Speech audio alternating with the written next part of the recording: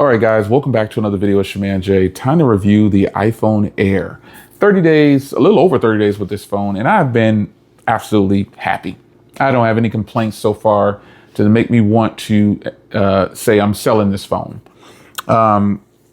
This is a 256 gig sky blue, and while you probably won't be able to tell too well on video, that's the actual color name, and that's the color of it. Even though it looks white most of the time or gray. And I got this phone over a month ago, when it launched, I bought it right away. Once I saw it in the press event or whatever, the official thing, I knew instantly that I was going to buy it. So today we're going to cover a few things on here, and we're going to try to stay on topic here. So I'm going to do things a little different though right now. I want to start in kind of a reverse order. I typically do the price last, but I'm going to start with the price first. The price of this starts at $999, and that is a high price considering you have the 17. This is the iPhone 17. So a lot of people feel like this phone has no place. I don't think so.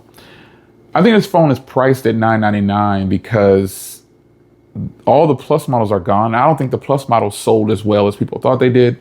So I think that's why Apple probably moved the Plus line out of the way. And they said, forget the Plus line. We're going to make this phone right here, and we're going to see how it goes. The price of this for $999, it's got a Pro processor, it's titanium, it's the best looking iPhone currently, I think, in a long time, and it fits.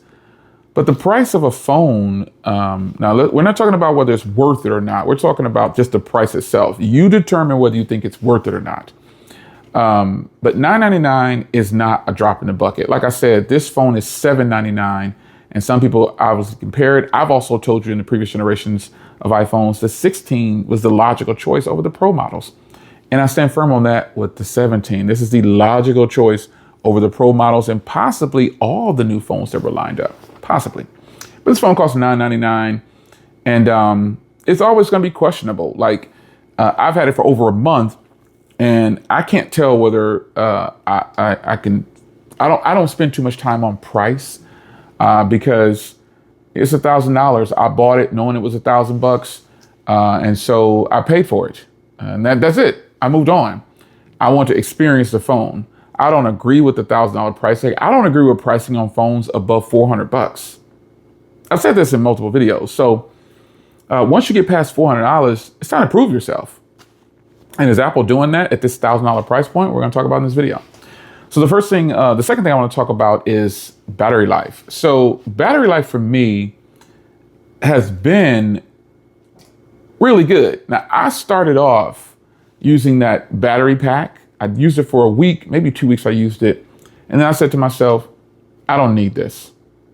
That battery was taking me into more than 2 days. But now that this phone is settled down, I don't use the battery pack anymore.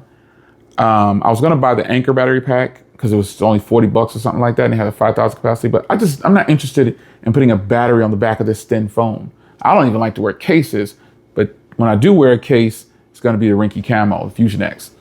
So battery life for me, impressive. I can go all day, as Apple claimed, and I've pushed it to the limits. Like initially when I got it, I pushed it to the limits, and I was able to get 7.5 hours of screen on time with about 10% left or 15% left. That's not a normal time for me. I'm not on my phone for 7.5 hours in a day. If I am, it's just going to be going in and out. I'm not constantly looking like that. So on average right now, I'm getting between 5.5 and 6 hours of screen on time, pretty much on every single charge. And the phone is lasting for more than 24 hours, like full throttle. So for me, I like to measure off the charger time, but you guys want to hear about screen on time. And the reason I don't harp too much on screen on time is because there's a lot of times I'm using this phone and it's face down and I just have some music going or something like that, or a podcast or anything. The screen isn't always on when the battery is being juiced.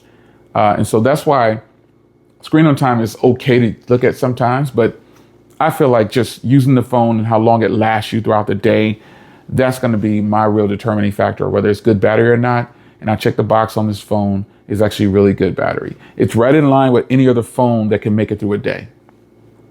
It's just that simple. And that's just what it is. So battery life shouldn't be too big of a question for you if you're thinking about, because this phone is thin, and the techies out there will tell you, oh, it's got a small battery, the 17, just buy the 17 if you want the best battery. And folks, again, battery life depends on the person and what they're doing and what applications they have. Tons of different reasons why your battery might be bad or good. So I'm just going to tell you that my experience with this device for over 30 days now, battery life is great. I'm impressed. I have no complaints. I can make it through a day. And most situations with consumers, they're not testing their batteries like you would think when you read about battery tests online. Like, turn the screen on, let's see how long the video goes. Most consumers aren't doing that. Most consumers, if they're in a car and they're an Uber driver or a Lyft driver, you should have it plugged up anyway, because GPS and camera will drain the battery really fast, and video playback will drain the batteries pretty fast. So if you're using this for Uber and stuff like that, or Lyft, or just those car services, just plug it up while you're doing it. Reality is, great battery life. Now, software, if you're an iOS person, you're going to love iOS 26. Because, you've got this glass, you can customize it. And I don't really mess with all that. I just turn the icons dark and that's it. Because I found that the tinted versions, or these, I'll do it here now. These versions, when you customize it and change it to clear or the tinted versions, they tend to make the phone, it feels less snappy. Like I've said this before, and I've showed you in multiple videos. It's like the phone is less snappy. And also, I don't like how that looks. I rather just have the colorful icons, and so I can know exactly what I'm getting into.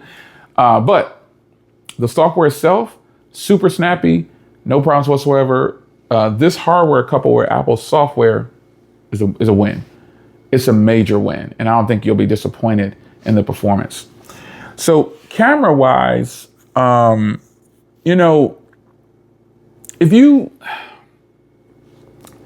if you harp on this phone having one single camera, you're going to probably waste a lot of your energy, I'll say. Go into this knowing that you don't have an ultra wide and you don't have a telephoto. And you have to deal with the digital zoom, and you're also going to have to deal with, if you want a bigger shot, you can use the pan shots, get a little wider shot, then cut the photo off. Or you just do like I do. I'm shooting video, because you can't go wide on the video. I just take a few steps back, and it's the same video, more in view. I don't know if I'm using too much of my left side of my brain, but people say you're settling. I'm not settling. We work around things in our lives and other products that we have. I bought this phone knowing that it didn't have an ultra wide. I'm not gonna harp on it that much. And you guys know I prefer the ultra wide. Sorry if I hit the mic. I prefer an ultra wide. It doesn't have one. So I'll make a quick little adjustment. I've recorded a video, take a few steps back, same video quality. It's just more in view. It's so weird. And I'm not saying people are wrong for wanting an ultra wide. Again, I would like an ultra wide camera, but it doesn't have one. But the overall quality of the video, I've already proven that it's great. Another area where I think all the iPhones shine is that new front camera setup. My goodness, absolutely stunning, just great. And I hope a lot of Android OEMs try to copy it, because it's actually a really good idea to have the 18 megapixel upgrade on the front, and you can have wide angle or portrait or just whatever. Yeah, that's a huge plus. And keep holding your phone like this instead of turning it in landscape if you don't want to. So now, it's not all roses. Again, it doesn't have an ultra wide. I can live without that. But something that I don't want to live without is cinematic video. So that's why it was a must for me to pick up the 17, because it has cinematic video, because according to Apple, you need 2 cameras in order to do that. So yeah, it's a bummer that it doesn't have two cameras, because I can't get cinematic video. But reality is still a great set of cameras. It's just what it is. So last but not least, the design and hardware. This was the main selling point for a lot of people. And I get it. I understand why. It's amazing. It's super thin. It feels better than any other thin phone that I have. And currently that's the Ultra slab phone. That's not the Ultra, the S25 Edge. Currently the S25 Edge just doesn't feel as good in the hand. It's sharp on the edges. It's all those things that you don't want when you have to hold a phone for a long period of time, or just hold it, period. So the iPhone Air hardware is sick. It's really good. And so, you know, there's really not, the design isn't like timeless, but the design is fresh and new for Apple users. And I'm not even like this pro Apple person. I just buy the iPhones because I always want to have an iPhone on hand, or I want to review and check out the latest stuff from Apple. So that's why I buy them all. But in the end, folks, you have to determine whether or not you like the Air. And I like the Air with no passes. It has a single speaker, has a single camera, and the price is a little bit on the higher side. But I got to tell you, I love this phone, and I'm using it as my primary phone. I've switched all my devices, I think, now to Apple, except for one, and that's my Google Pixel 10 Pro XL, which I will not be switching that phone because I actually love that phone. And I still love my Samsung phones, but I've went predominantly just Apple and Google at the moment. And I'm going to stay with this phone until the new launch. This phone, I made some prank videos, you know, talking about it in a bad way. I was really just mimicking and mocking the so-called reviewers out there that said that that's what it was. It's just in fun. I'm not saying I'm right or they're wrong. I'm just saying in general, you have to look at a phone review for the person that's doing the review.